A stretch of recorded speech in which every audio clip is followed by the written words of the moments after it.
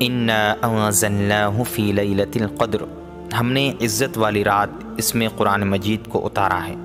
قرآن مجید کو سمجھ لو، یہ اللہ کا کلام ہے، مقدس کلام ہے، عظمت والی کتاب ہے۔ یہ کتاب جس کے سینے میں چلی جائے وہ کتنا عظیم ہوتا ہے، جس پیغمبر پہ اتری وہ کتنا عظیم نبی ہے، جس امت کے حصے میں آئی وہ امت کتنی عظیم ہے، جس مہینے میں آئی وہ مہینہ کتنا عظیم ہے۔ تم اسی سے یہ بھی سمجھ لو کہ جس رات یہ کتاب اتری ہے وہ رات کتنی عظیم ہو گئی۔ لیلۃ القدر، قدر کے معنی ہے احترام، عزت، ایک معنی قدر کا اندازہ بھی ہے۔ لیلۃ القدر عزت والی رات ہے، احترام والی رات ہے، فضیلت والی رات ہے۔ یا اگر اس کا معنی اندازہ کر لیا جائے تو اس کا مفہوم یہ ہوگا کہ اس رات اللہ تعالیٰ آنے والے پورے سال کے احکامات فرشتوں کے حوالے کرتے ہیں۔ اس کا اندازہ جو اللہ کے مقدس علم میں ہے، اس علم کے مطابق وہ فرشتوں کے حوالے کر دیا جاتا ہے، اس لیے اس رات کو لیلۃ القدر کہتے ہیں۔ قرآن مجید کا کچھ انداز بیاں ایسا ہے کہ دلچسپی پیدا کرنے کے لیے بلکہ اس کے اندر اشتیاق پیدا کرنے کے لیے قرآن اس انداز میں بات پیش کرتا ہے کہ وما ادراک ما لیلۃ القدر، آپ کو کیا معلوم لیلۃ القدر کیا ہے؟ یعنی تم لوگ نہیں سمجھ سکتے لیلۃ القدر کتنی عظیم رات ہے، کتنی برکت والی رات ہے، کتنی فضیلت والی رات ہے۔ اگر اس کو سمجھنا چاہتے ہو تو یوں سمجھ لو کہ قرآن اس کی عظمت کو بیان کرنے کے لیے کہتا ہے خیرکم من الف شہر،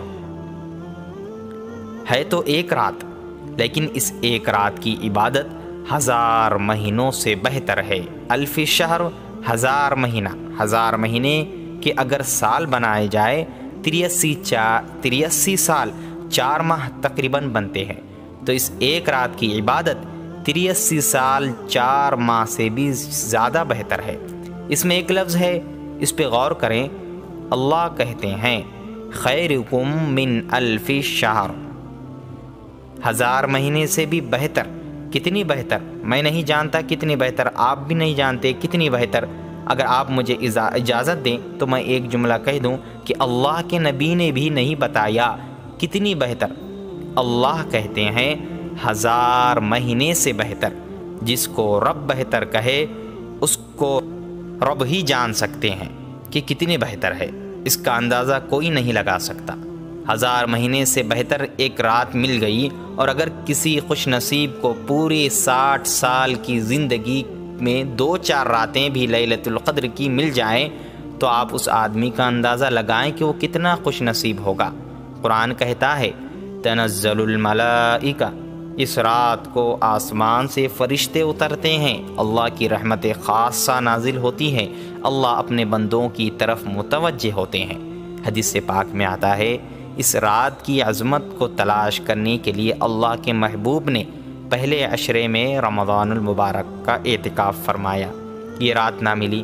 دوسرے عشرے میں محبوب نے اعتکاف فرمایا، یہ رات نہ ملی۔ تیسرے عشرے میں اللہ کے نبی نے اعتکاف فرمایا، جبرائیل امین نے آ کر بتایا کہ محبوب اس آخری عشرے کی طاق راتوں میں سے ایک ایسی رات ہے جو لیلۃ القدر کی رات ہے، جس کے لیے آپ نے اعتکاف فرمایا۔ اس لیے آئندہ اپنی امت کو بتائیں کہ اگر وہ اعتکاف کریں، اس رات کو تلاش کرنا چاہیں تو لیلۃ القدر آخری عشرے کی طاق راتوں میں تلاش کر لیا کریں۔ اس لیے علماء نے لکھا ہے کہ اللہ کے نبی پیغمبر نے امت کو سبق سکھایا، مسئلہ بتایا کہ اب جب بھی اعتکاف بیٹھو تو رمضان کے آخری عشرے میں بیٹھو۔ اس لیے پہلے اور دوسرے عشرے میں اعتکاف کی ضرورت نہیں، آخری عشرے میں اعتکاف بیٹھ کر اس سنت کو ادا کر لیا کرو۔ اور ان راتوں میں جاگنا، اگر تمہیں لیلۃ القدر نظر آئے، اس کے انوارات نظر نہ آئیں، ان راتوں میں سے چند لمحے ایک شخص جاگ لیتا ہے، خیرکم من الف شہر۔ پوری رات جاگنا مقصود نہیں، مغرب سے فجر تک جاگنا مقصود نہیں، اس پوری رات میں سے ایک لمحہ بھی کسی کو مل گیا، تراویح اس رات کی مل گئی، تلاوت اس رات کی مل گئی، درود پڑھنا اس رات کو مل گیا، کسی کی خدمت کرنا اس رات کو مل گیا۔ قرآن کریم کا یہ نقطہ بتاتا ہے کہ خیرکم من الف شہر، اس ایک رات کی تراویح 1000 مہینے کی تراویح سے بہتر، اس ایک رات کی تلاوت 1000 مہینے کی تلاوت سے بہتر، اس ایک رات کا جاگنا 1000 مہینے کے جاگنے سے بہتر، اس ایک رات کی خیرات 1000 مہینے کی خیرات سے بہتر۔ یہ ایک ایسی رات ہے جس نے بھی زندگی میں سے ایک دفعہ بھی پا لیا وہ 1000 مہینوں سے بہتر ہے۔ پوری رات نہیں جاگا، تھوڑا سا حصہ بھی مل گیا ہے، تب بھی وہ سعادت نصیب ہو جائے گی۔ معتکفین حضرات اس بابرکت مہینے میں اعتکاف بیٹھتے ہیں، توجہ کریں کہ وہ لوگ کتنے خوش نصیب ہیں۔ اول تو اللہ کے گھر کے مہمان ہیں، 24 گھنٹے مسجد میں بیٹھے ہیں، پھر اگر آپ اس پر غور کریں کہ روزانہ یقیناً رات کو مسجد میں رہتے ہوئے کچھ حصہ بھی جاگتے ہوئے تلاوت بھی کرتے ہیں، عبادت بھی کرتے ہیں۔ رات کے تھوڑے سے حصے میں ایسا وقت بھی آتا ہے جس وقت وہ تہجد پڑھتے ہیں، ہر طاق رات کو جاگتے ہیں۔ اس سے اندازہ ہوتا ہے کہ ان کو وہ طاق راتیں کبھی رائے گاہ نہیں جاتی۔ جس رات کو بھی یہ لیلۃ القدر ہوگی، یقیناً ان کو نظر آئے یا نہ آئے، اس کو دیکھنا ضروری نہیں، اس کو محسوس کرنا ضرور نہیں، اس رات کو جاگنے اور عبادت کرنے کا اشارہ ہے۔ اگر عبادت کر لی ہے، آپ کو کوئی پتہ نہیں کون سی رات لیلۃ القدر کی رات تھی، مگر آپ جاگ چکے ہیں تو اللہ تعالیٰ آپ کو ثواب سے محروم نہیں کریں گے۔ 1000 مہینے کی عبادت کا اجر پھر بھی آپ کے حصے میں لکھ دیا جاتا ہے۔ حدیث میں آتا ہے رسول اللہ صلی اللہ علیہ وسلم نے اس رات کو تلاش فرمایا۔ غور کرنا، حضور صلی اللہ علیہ وسلم کو بتا دیا گیا کہ محبوب فلاں رات لیلۃ القدر کی رات ہے۔ حضور صلی اللہ علیہ وسلم اٹھے امت کو بتانے کے لیے کہ فلاں رات لیلۃ القدر کی رات ہے۔ حضور صلی اللہ علیہ وسلم مسجد کے دروازے تک تشریف لے گئے۔ اللہ کے حبیب نے کیا دیکھا کہ سامنے 2 شخص لڑ رہے ہیں۔ جھگڑا تو اب ہماری فطرت بن چکی ہے، اس کو ہم اپنے اندر سے نکال نہیں سکتے۔ شریف لوگ بھی لڑتے ہیں، عام لوگوں کی تو بات ہی نہیں۔ مذہبی لوگ لڑتے ہیں، قابل اعتماد شخصیات ایک دوسرے کے ساتھ الجھتی ہیں، اور پھر مہینوں نہیں سالوں تک ایک دوسرے سے گفتگو نہیں، سلام کلام نہیں۔ ویسے ہم بڑے تہجد گزار ہوتے ہیں، بڑی بڑی نصیحتیں ہوتی ہیں، بڑی بڑی عملی طور پر ہماری حالت ہے، اور مگر ہماری حالت یہ ہے کہ ہم لوگ اس معاملے میں سب سے زیادہ کمزور ہوتے ہیں۔ حضور اکرم صلی اللہ علیہ وسلم نے فرمایا، میں تمہیں بتاؤں، نماز سے بھی بہتر عمل، روزے سے بھی بہتر عمل، زکوٰۃ سے بھی بہتر عمل، حج سے بھی بہتر عمل، احکامات تمام ایک طرف، لیکن مسلمان کے ساتھ حسن سلوک سے پیش آنا یہ تمام عبادتوں سے بڑی عبادت ہے۔ اللہ کے نزدیک جس عبادت کی اہمیت ہے، ہمارے نزدیک کوئی نہیں رہی۔ حضور نے ان 2 آدمیوں کو لڑتے ہوئے دیکھا، حضور صلی اللہ علیہ وسلم خاموشی سے پیچھے آ گئے۔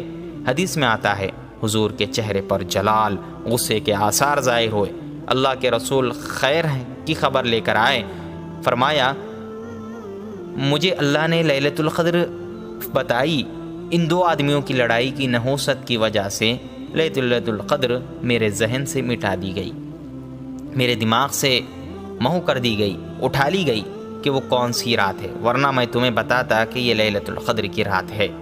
حضور نے فرمایا میں تمہیں اشارہ کرتا ہوں، بتاتا ہوں کہ اس رات کو تلاش کیا کرو۔ فرمایا رمضان کی آخری عشرے کی طاق راتوں میں لیلۃ القدر کو تلاش کیا کرو۔ طاق راتوں میں سے جس کو لیلۃ القدر مل گئی، سمجھ لیجئے اس شخص نے لیلۃ القدر کو پا لیا۔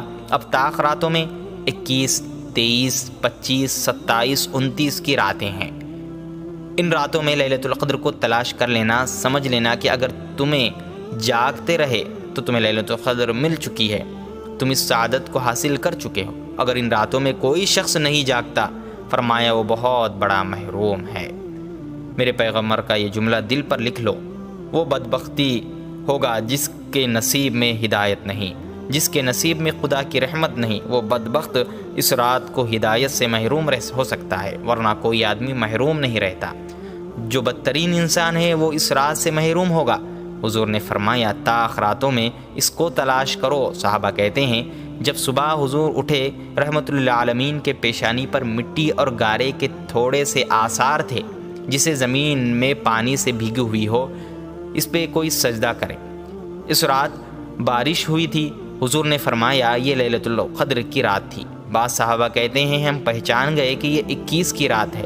صحیح تحقیق علماء کی اس میں ہے کہ آخری عشرے میں یہ طاق راتیں بدلتی رہتی ہیں، کسی سال 21 تو کبھی 23، کبھی 25، کبھی 27 تو کبھی 29 کو آتی ہے۔ اور اس میں بھی ہمیں چاہیے کہ اس 10 دنوں میں، رمضان المبارک کے آخری کے 10 دنوں میں ہم ہمارا ایک ٹائم ٹیبل بنا لیں کہ ہم ان 10 راتوں میں اللہ کی بھرپور عبادت کریں گے، کیونکہ ہمیں 20 رمضان تک ہمیں اس کی عادت ہوتی ہے کہ رات کو جاگتے ہیں، اللہ کی عبادت کرتے ہیں، تراویح پڑھتے ہیں، تہجد وغیرہ۔ رمضان کے 20 رمضان میں ہمارے یہ مسلسل ہوتے رہتے ہیں تو ہمیں عادت بن جاتی ہے۔ تو یہ آخری کے 10 دن ہم اس کو ڈبل میں کنورٹ کر لیں، یعنی ہم جتنا 20 دنوں میں جتنی عبادت کی ہے اس سے بڑھ چڑھ کر ان 10 دنوں میں ہم عبادت کرنے والے بنے۔ اللہ سے دعا ہے کہ اللہ پاک ہم سبھی کو لیلۃ القدر نصیب فرمائے اور رمضان میں ہم سبھی کی اللہ مغفرت فرمائے۔ آمین ثم آمین، وما علینا الا